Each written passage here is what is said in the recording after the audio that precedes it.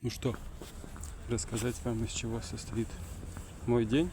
Это просто.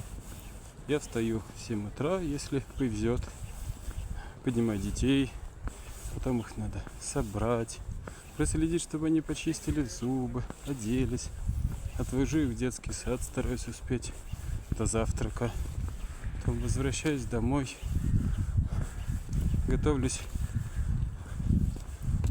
к своему дню, завтракаю.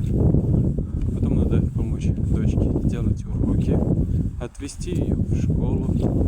Потом, если приходят занятия на перевод, сделать переводы.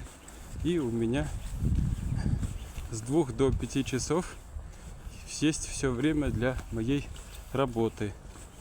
То есть, если, например, жена приходит на расклад, я делаю ей расклад. Если получается что-то записать, какой-нибудь подкаст, то это тоже в это время происходит.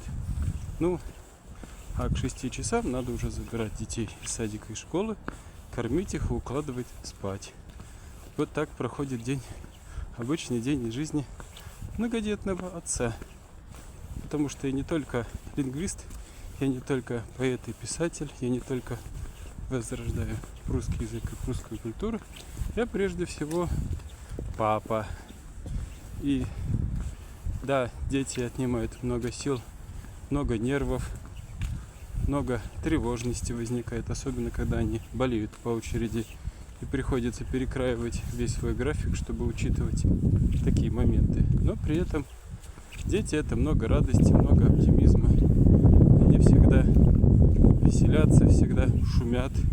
И с одной стороны их не всегда можно угомонить, ну, раз их трое, то это целый миллион. Но с другой стороны, не соскучишься с детьми, точно никогда не соскучишься. И вам я желаю не скучать, быть всегда жизнерадостными, верить в себя, оставаться собой и делать то, что вы считаете нужным, несмотря ни на что.